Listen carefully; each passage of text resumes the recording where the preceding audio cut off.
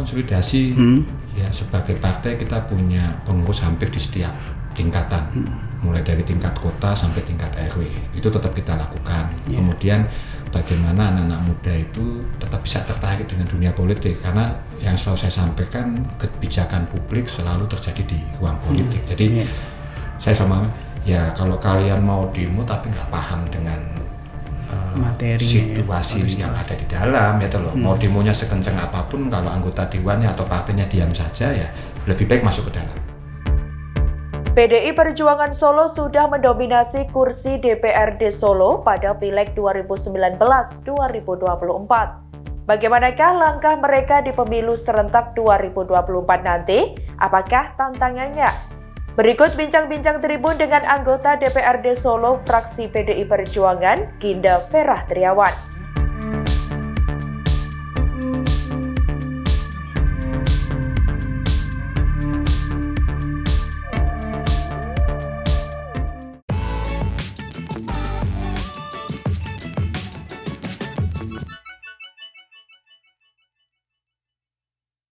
Selamat sore Tribuners, kali ini kembali lagi dengan Ngobrol Sore dan dengan tema politik seperti biasanya. Dan kali ini narasumber kita adalah politisi dari PDIP Solo, Mas Ginda Ferah Triawan. Saya panggilnya Mas aja Mas ya? Betul, Mas aja. Ya, Mas Ginda ini sedikit saya jelaskan, sudah lama juga ya berkecimpung di dunia politik. Dan sekarang sebagai anggota Komisi 4 DPRD Solo. Betul. Oke. Ya Mas Ginda, gimana kabarnya ini? Sehat, alhamdulillah, semangat pokoknya. Ya Mas Ginda, kali ini tema kita kan membahas tentang pemilu serentak. Betul. 2024 gitu. Dan ini kenapa kita mengundang Mas Ginda, karena Mas Ginda ini kan juga salah satu politisi dari PDI yang tentunya nanti tetap akan maju ya Mas ya di tahun 2024. Nah, mungkin strategi Mas Ginda nanti untuk di tahun 2024 nanti apakah berbeda atau sama Mas dengan pemilihan-pemilihan sebelumnya ini? Kalau bicara strategi ya, menurut saya sih strategi saya ke depannya adalah mengutamakan anak muda ya. Karena bonus demografi ini luar biasa, anak muda sangat banyak nanti yang akan mencoblos di tahun 2024. Jadi pendekatan saya lebih kepada bagaimana bisa menyesuaikan dengan keinginan, irama dan cara berpikir mereka aja itu dulu. Oke. Ikut di gerbong PDI Perjuangan yang notabene partai besar di Solo Raya seperti itu. Apakah sudah merasa aman gitu Mas untuk pilkada untuk pemilu serentak khususnya pileg ya di 2024 nanti? Kalau secara modal aman ya, kita betul-betul tahu saat ini saja partai kita adalah pemenang pemilu mayoritas, kita punya kursi lebih dari 50%. Jadi lebih bagaimana kita bisa memastikan bahwasannya pemilih kita yang periode kemarin tetap akan eksis dan mudah-mudahan bisa bertambah lagi. Apalagi kita punya wali kota yang kebetulan juga masih sama dari partai kita juga, PDI Perjuangan. Ya, oke.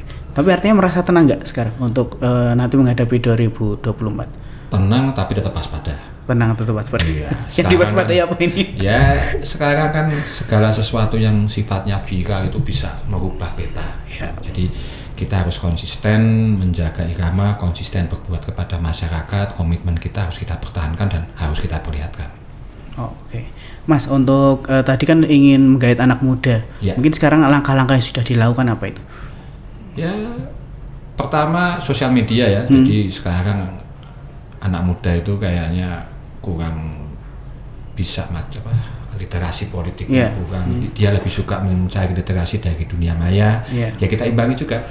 Saya termasuk orang yang mencoba menggunakan sosmed saya, baik itu di Instagram, YouTube, TikTok. Ya kita mencoba lah untuk ikut mengkritisi, ikut menyampaikan pendapat, tapi ya receh-receh aja lah. Anak muda biasanya kalau terlalu serius malah nggak mau. Pusing ya pusing, ya receh-receh aja kalau saya. Tapi artinya walaupun yang ditarget anak muda, untuk menjaga suara yang sudah ada saat ini gimana Mas Ginda? Apa yang dilakukan gitu Mas? Konsolidasi ya, sebagai partai kita punya pengurus hampir di setiap tingkatan, mulai dari tingkat kota sampai tingkat RW, itu tetap kita lakukan. Kemudian bagaimana anak-anak muda itu tetap bisa tertarik dengan dunia politik, karena yang selalu saya sampaikan, kebijakan publik selalu terjadi di ruang politik. Jadi Saya sama ya kalau kalian mau demo tapi nggak paham dengan materi situasi yang ada di dalam ya loh. Mau demonya sekencang apapun kalau anggota dewannya atau partainya diam saja ya lebih baik masuk ke dalam. Ya, jadi bukannya tidak boleh, tapi lebih baik menurut saya untuk ikut aktif terlibat di dalamnya. Oke. Mas Ginda dulu terpilih di tahun 2019 ya? 2014 ya? 2014 itu berapa suara Mas? Kurang lebih sekitar 2.600. 2.600. PNM ya, yang PNM. PNM. Oke. Dan itu strateginya apakah sama juga yang dipakai mendekati anak muda saja ataukah? Oh, kalau dulu sih semua kita dekati ya. Kita dekati ya loh. Karena kan waktu 2014 saya termasuk caleg pemula, jadi semua kalangan, semua segmen kita masuk. Tapi memang 2019 saya lebih banyak mendekatkan diri kepada anak-anak muda. Karena saya rasa ke depan anak-anak muda inilah yang punya suara paling banyak. Oke. Dan Mas, untuk 2024 waktu 2 tahun itu menurut Mas Ginda itu apakah sudah cukup untuk nanti bertarung nih di pemilu serentak?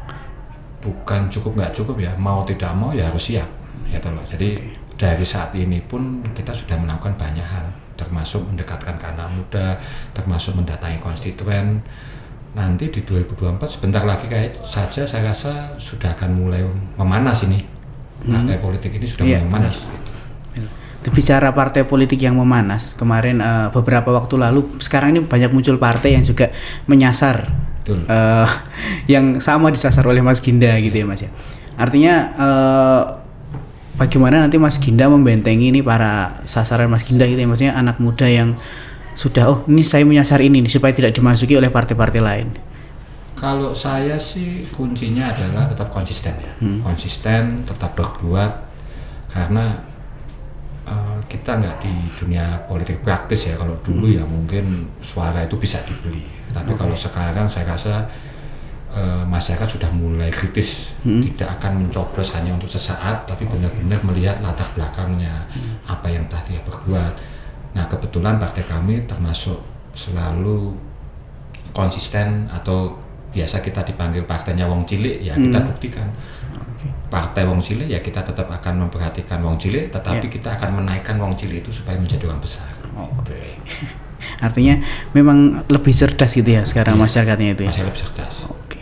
Artinya politik uang memang sudah ditinggalkan atau sudah mulai, masih ada saya rasa. Saya rasa masih ada, tapi sudah mulai berbeda. Tidak sevulgar sekarang gitu. Atau bahkan ada beberapa yang sifatnya dalam rangka membantu, padahal menginginkan suara. Nah ini yang harus kita samakan persepsinya, dan saya rasa anak-anak muda tidak akan semudah itu terpengaruh. Mereka lebih kritis biasanya. Kulturnya berbeda ya dengan yang maksudnya masyarakat yang lalu itu. Memang pendekatannya memang harus lebih ke ngomong mereka bertemu seperti itu. Dan itu sudah dilakukan juga Mas Ginda? Sudah apa saja Mas itu? Mungkin contoh konkretnya yang di lapangan, mungkin main bola bareng atau macam-macam ya. Bahkan untuk bertemu dengan anggota dewan saja, misalnya ketemu dengan saya, atau saya jadi narasumber misalnya, kita diundang, itu sudah nggak ketemuan. Undangan itu biasa disewa melalui DM misalnya. Mas Ginda, saya dari fakultas ini. Lalu temanya apa? Materinya apa yang mau kita bahas? Biasa juga menyiapkan. Itu sudah dilakukan. Beda dengan dulu harus ketemu, atau yang lainnya ya main bola, atau mungkin nonton bareng, atau ikut nongkrong di tempat coffee shop juga kita lakukan. Biasanya mereka akan bertanya, dan biasanya jangan hanya mengkritisi saja, saya mengatakan, tapi tahu dulu persoalannya. Artinya juga mengedukasi pemilih muda untuk tahu politik gitu ya Mas Ginda ya.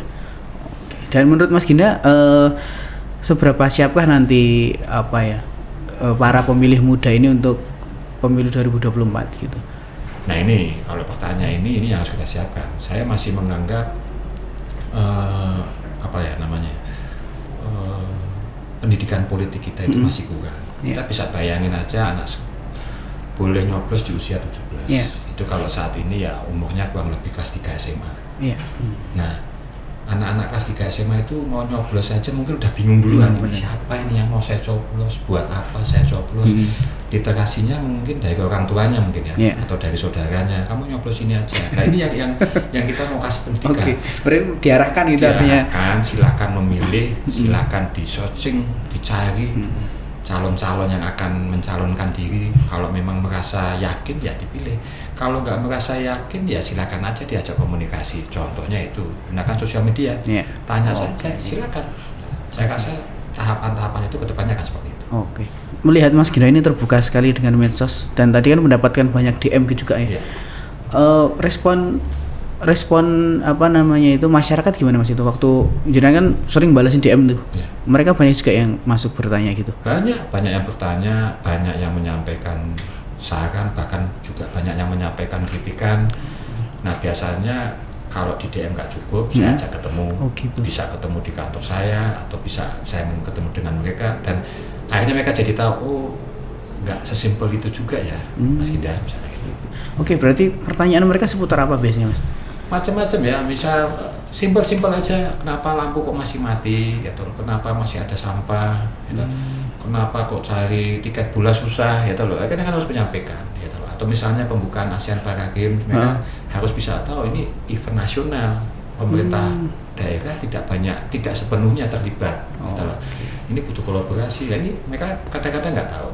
Atau misalnya besok ada pentas musik, kenapa kok pajaknya mahal? Nah, ternyata masih ada masyarakat yang membayar pajak hiburan, tidak tahu kalau itu menjadi kewajiban konsumen. Soalnya kok nontonnya kok mahal ya, kena pajak ya. Nah, yang bayar pajak sebenarnya penontonnya, bukan pengusahanya.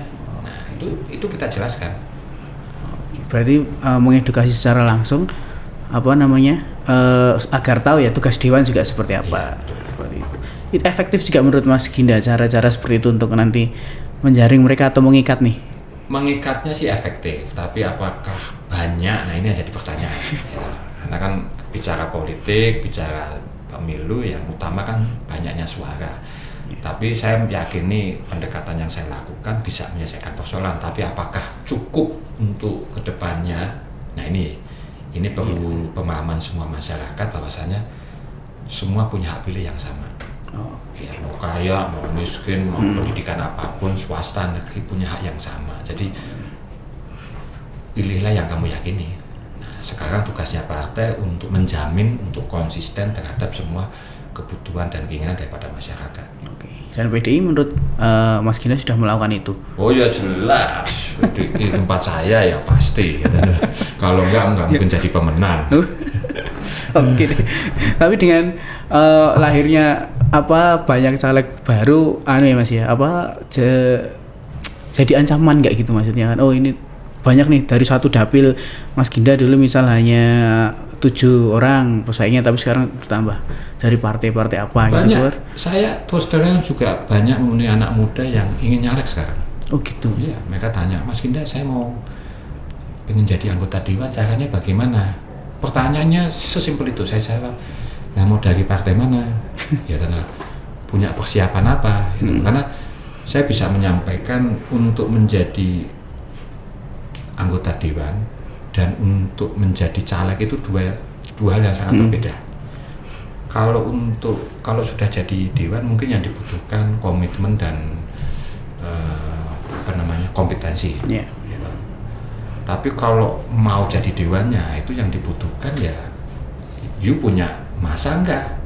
Gitu, bisa menjaring suara apa enggak? Gitu. You punya biaya enggak? Ya, bukan berarti money politik ya, tapi punya biaya karena politik itu juga butuh cost, butuh biaya politik. Nah, jangan sampai ilmunya ada, komitmennya ada, tapi nggak punya masa, nggak punya biaya, ya akan sulit untuk jadi dewan. Nah, 4 hal ini harusnya diperhatikan betul-betul oleh siapa saja yang mau jadi dewan. Oke. Siap. Tadi kan persaingan di eksternal. Untuk persaingan di internal ada juga nggak Mas kemungkinan? Ya, lebih ketat nggak nanti di 2024? Sebenarnya ya persaingan internal tetap ada, tapi kan partai pasti akan bikin rambu-rambu. Jadi jangan sampai sikutan sendiri. Bagaimana caranya mengerjakan segmen atau wilayah yang memang tidak beririsan. Karena yang utama tetap adalah partainya. Ya. Masalah siapa yang jadi, lah itu kan nanti akan menentukan masyarakatnya. Tapi yang utama adalah pilihan partai. Dan cara mendekatinya tadi ya. Betul. Dan dari cerita Mas Ginda tadi kan jenengan juga sampai meluangkan waktu ketemu orang walaupun sekedar nge-DM gitu ya. Iya. Tentu waktu di luar banyak yang terpakai gitu ya untuk fokus mencari suara ini. Keluarga ada komplain nggak itu?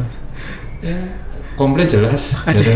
Ya, bahkan anak saya sering bilang papa itu kayak model fashion show. Loh kok bisa, saya bilang. Nah, pulang ganti baju udah keluar lagi ganti baju katanya saya fashion show. Jadi nggak apa-apa sih. Saya berharap anak-anak bisa memahami. Bahkan pertemuan yang bisa dilakukan di rumah ya juga kita lakukan. Paling nggak biar anak-anak keluarga itu tahu. Ya, artinya juga untuk edukasi ke masyarakat ya, kerja sebagai dewan itu nggak hanya duduk di parlemen buat undang-undang saja, tapi turun langsung ke lapangan. Ya, saya termasuk orang yang sebelum sampai rumah ya pinku nggak tak copot. Gitu. Okay. Ada yang bilang mau pamer, mau sombong jadi anggota dewan, saya sampaikan ya kalau cara berpikirnya seperti itu sah-sah saja, tapi saya mau menyampaikan sebelum saya pulang ya saya masih jadi anggota dewan. Ibaratnya saya baru ngopi aja, ada warga mau tanya ke saya ya sebisa mungkin akan saya bantu. Kalau nggak pakai malah bingung gitu. Tapi kalau pakai itu kayaknya ada anggota dewan, coba kita tanya, ya silakan saja. Oke, dan itu sering dilakukan juga. Siap. Ya mungkin seperti itu Tribuners, tadi perjuangan seorang anggota dewan dan strateginya memang sekarang itu lebih ke pendekatan masyarakat langsung ya Mas. Nggak seperti dulu ya, misalnya baru keluar terus pakai strategi misalnya serangan fajar gitu. Ketinggalan itu nanti. Udah ketinggalan. Bakal ketinggalan. Oke. Sekarang kita ngobrolin pilkada sedikit bisa ya Mas? Boleh. Pilkada Solo 2024 ini kan sosok Mas Gibran masih menjadi sorotan. Betul. Seperti itu. Mas Ginda ini juga salah satu anggota dewan yang dari awal kemunculan Mas Gibran ikut langsung mendukung sosok Mas Gibran. Dan sekarang Mas, ini kan isunya kan banyak nih lembaga survei yang menyatakan Mas Gibran nanti di pilkada DKI, di pilkada Jateng seperti itu. Menjawab isu itu gimana Mas menurut Jenderal? Ya, yang pertama dari dulu saya mendukung Mas Gibran karena saya suka bukan backgroundnya, tapi saya suka dengan semangat anak mudanya yang berani tampil. Jadi ketika beliau menyampaikan, udah kerjaan saya sudah mapan, saya ingin berbuat lebih banyak, itu saya apresiasi. Nah pertanyaannya, kalau sekarang bagaimana dengan pilkada 2024? Ya, saya rasa beliau sangat cocok mau naik jadi DKI 1, H1, D1, saya rasa nggak ada masalah gitu. Karena memang secara kemampuan saya masih meyakini dan sampai hari ini kita lihat terobosan yang dilakukan beliau ya, tetapi secara partai ya kita tunggu. Kita bicara strategi karena pilkada besok itu kan serentak, kemudian 2024 itu kan semuanya serentak walaupun dalam 2 tahapan. Nah saya rasa partai politik nanti yang akan bikin strategi Mas Gibran mau ditempatkan di mana, kedepannya mau seperti apa, karena pilkada itu bukan kayak kemarin, pilkada cuma hanya mikir untuk satu kegiatan saja, tapi pilkada sekarang jangan salah, pilpres dan pileg itu akan dilakukan sebelumnya. Jadi pasti saya rasa partai lagi mencoba membuat strategi bagaimana pilpres bisa jadi juara, pileg bisa jadi juara, kemudian nanti pilkada pun kita bakal jadi juara. Nah strateginya lagi dilakukan. Memang karena peperangannya sepertinya memang di awal itu ya. Artinya kan partai politik seperti yang masih minim kursi, andainya mereka menang di pileg, otomatis juga akan mengajukan calon untuk pilkada. Tapi kalau memang bicara sosok Mas Gibran ini sudah mampu ya Mas untuk memimpin Jakarta atau Jateng ini? Saya rasa sudah mampu ya. Itu ya dia buktikan ketika dia pertama kali menjabat jadi wali kota, banyak gebrakan yang dia lakukan, style juga berubah ya. Kita lihat Mas Gibran selalu bergaya benar-benar kayak anak muda, kadang-kadang betul-betul necis kayak seorang wali kota lengkap gitu, tapi kadang-kadang betul-betul nyantai. Pendekatan itu saya rasa bisa dipahami oleh anak muda dengan lebih mudah. Atau saya pernah diajak jalan-jalan misalnya atau keliling-keliling dengan gaya dia sendiri, akhirnya anak muda berani berkomunikasi. Mas boleh foto, Mas mau tanya ini, oh ya ada apa? Saya rasa komunikasi ini jadi salah satu gaya yang akan lebih laku di kedepannya, dan itu dilakukan. Kalau masalah program ya udah tidak perlu dilakukan lagi. Program-program dia sampaikan, dan tipe-tipe beliau kan singkat, padat, jelas. Nah, udah, saya rasa itu yang diinginkan, anak tidak mau tulis-tulis, to the point aja. Nah, apa yang mau gitu ya. Iya. Dan sama kayak Mas Ginda ini loh, setiap sore biasanya lari-lari juga. Iya, ini. Pakai itu juga pendekatan, salah satu strategi. Iyalah. Ya hidup sehat ya cari masak gitu. Oke, terus apa ya, mengingat ada nggak nanti pengganti atau pesaing, misalnya kita bicara misalnya Mas Gibran nih mau untuk ke Pilkada DKI ini, atau dapat tugas misalnya ke Pilkada Jateng seperti itu. Untuk sosok anak muda yang menggantikan, menurut Mas Ginda sendiri di Solo sudah ada belum? Saya rasa kalau nanti beliau nanti akan naik misalnya saya rasa sudah akan ada penggantinya, gitu. Sudah disiapkan saya rasa. Karena saya sampaikan itu tadi, kalau dia mau naik ke H1 atau B1 ya D1 ketinggalan kan. D1 juga harus disiapkan. Partai itu ya kalau maunya menang ya di semua sektor, di semua pemilu yang ada. Nah itu akan dilakukan nantinya. Apakah ada? Saya yakin pasti ada. Siap. Ya, ini Mas Ginda kan juga sering nih ketemu Mas Wali ya. Maksudnya ngobrol bareng gitu. Kadang Mas Wali kalau ditanya wartawan tuh mereka kan Mas Wali tuh jawabnya di Solo dulu gitu, sampai selesai. Itu memang seperti itu juga kalau memang di balik layar seperti itu. Ya iyalah. Mau jawab sama apa ya? Pasti. Saya rasa ya sama. Kalau ditanya saya misalnya, Mas Ginda bisa nyalek lagi enggak? Ya nunggu perintah. Ya sepanjang nomornya belum keluar ya saya belum bisa ngomong. Apakah mau meneruskan? Oh siap meneruskan. Dan begitu juga dengan Mas Wali. Sebagai keinginan pribadi saya nggak tahu seperti apa. Tapi secara posisi dia sebagai wali kota dari PDI Perjuangan, dia pasti akan menjawab. Selama saya masih ditugaskan di Solo ya itu yang akan dilakukan. Oke, siap. Oke, ini mungkin terakhir Tribuners, untuk Mas Ginda mungkin bisa memberikan gambaran gitu Mas, untuk apa ya, dunia politik sebagai dewan gitu Mas, sebelum kita tutup nih podcastnya. Apa sih tugas-tugas dewan itu, sekalian mengedukasi ke masyarakat? Saya selalu menyampaikan ya, jadi tugas dewan itu sebenarnya nggak enak ya teman. Tapi enak sekali ya teman lah itu. Tapi sebagai amanah ya kita harus punya komitmen, kompetensi yang betul-betul bisa membantu pemerintah. Sekarang anggota dewan bukan hanya mengawasi pemerintah, tapi anggota dewan itu juga ikut membantu pemerintah untuk menjalankan program-program pemerintah dengan sebaik-baiknya. Jadi kayak di pandemi ya kita sama-sama lah bekerja sama. Bagaimana pandemi ini bisa cepat-cepat terselesaikan dengan baik, bagaimana bisa ekonomi ini bangkit. Nah ini yang kita lakukan. Makanya saya selalu menyampaikan, anak muda tolong lebih aktif dalam berpolitik. Mau aktif mau pasif ya, tapi mau berperan, mau punya kemauan untuk ikut berpolitik. Aktif pasif buat saya tidak ada masalah, tapi paling enggak semua keputusan publik selalu terjadi di ruang politik. Oke. Artinya juga diajak ikut mengawal kebijakan dari pemerintah, dan kalau ada kesalahan atau kritik bisa langsung ke dewan juga ya. Kita terbuka, sportif kok. Salah ya bilang salah, betul terima kasih. Ya. Ya, seperti itu Tribuners. Mungkin sore ini obrolan kita dengan Mas Ginda, dan kita akan bertemu lagi pada program Ngaso berikutnya. Terima kasih. Sama-sama.